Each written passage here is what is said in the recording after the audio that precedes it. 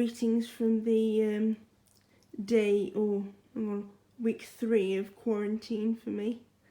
No, Tilly's going to make me jealous now by promptly leaving the house. Thanks, Till, for your love and support. Only she's back. I don't know what she's doing. So that's me. Good morning, and I thought I'd do a quick video today to give you an update on how quarantine is going and my thoughts and feelings about stuff. I'll see you in a few minutes. Oh, we have a cat again. Hi guys, I'm now back to my more usual position at the moment. I mean, this lying in this position is quite comfortable on my hip because it takes the pressure off, and I've even found other musculoskeletal problems have improved because of all this extra rest, but I've mentioned that before. So now I've got the prerequisite cat footage in from my friend Adam, who is very fond of cats and seeing them about the place, and I spent a good while discussing life with his mum at the weekend, so that's a shout out to Adam, and I hope you're doing all right in London, which is the epicentre of the corona outbreak in the UK. So I hope everybody there is keeping as safe and well as they possibly can under all this strain and pressure and things. Also, on a more personal note, the coronavirus outbreak seems to be having a somewhat unforeseen impact on those with disabilities. As some of you all know, those who are high risk have been ordered to shield themselves from contact with the general public for the next 12 weeks. Now that was, I think we've done just over a week of the mandated thing, but I'd actually been indoors for about 2 weeks before that, so I've actually been quarantined for longer. But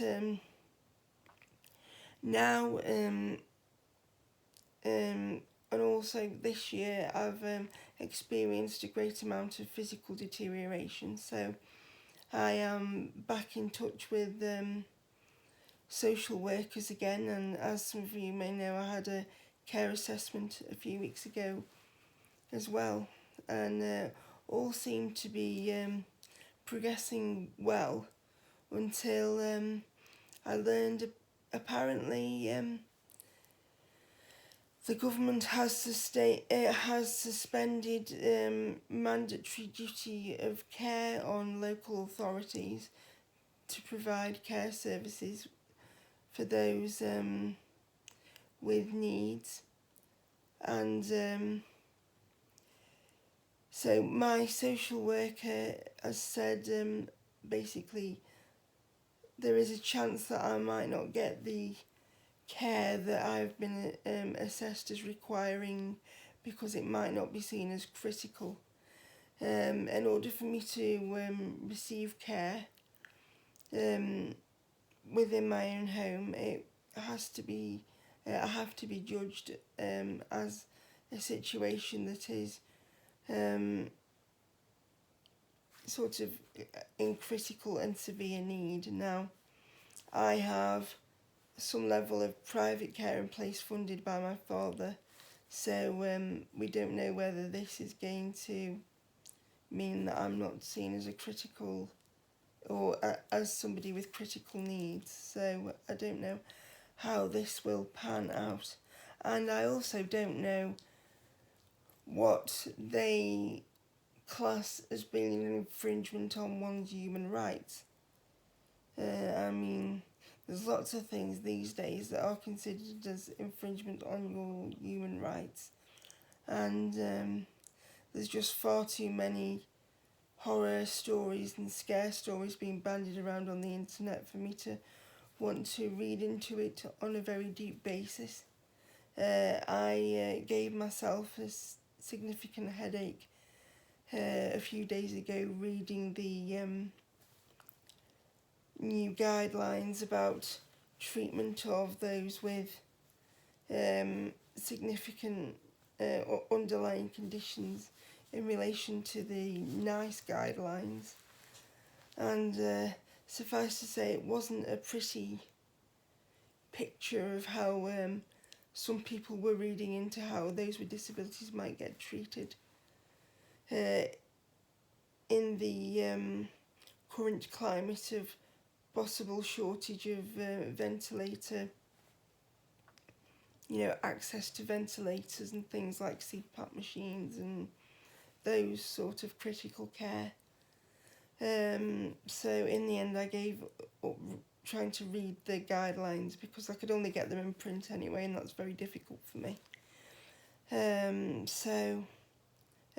I was trying to switch off from the situation after the other day, but then I had this phone call from my social worker saying that he'd already had some brief discussions in panel about how my needs might be viewed. So he was going to have to look into my case again and think about how he could frame it in relation to human rights. So we'll just have to see how that pans out in the next coming weeks and months.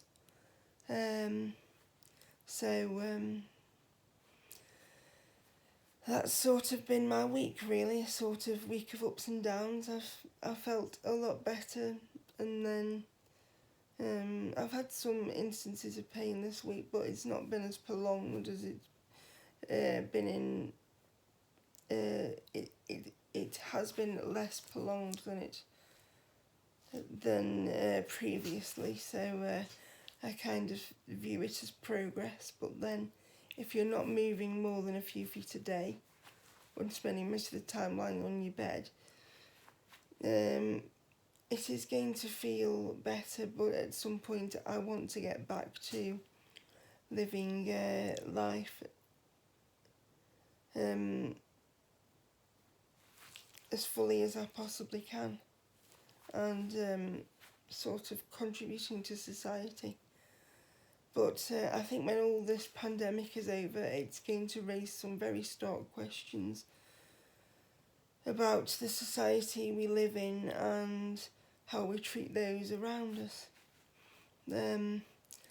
Also, on a more positive note, I've read a few books this week, and I'll be getting back to doing my regular bed rest audio book of the week when I've had chance to finish filming it and editing it. I hope you've all had as fantastic week as you could possibly have in lockdown. Hope you're all keeping well, safe, and and I'd like to take this opportunity to thank all those key workers, not only in the UK but across the world, who are keeping us all fed, well, and as safe as we possibly can be. I thank you all from the bottom of my heart, and wish you all safety in the coming weeks, and we thank you a lot. I'll see you in my next video.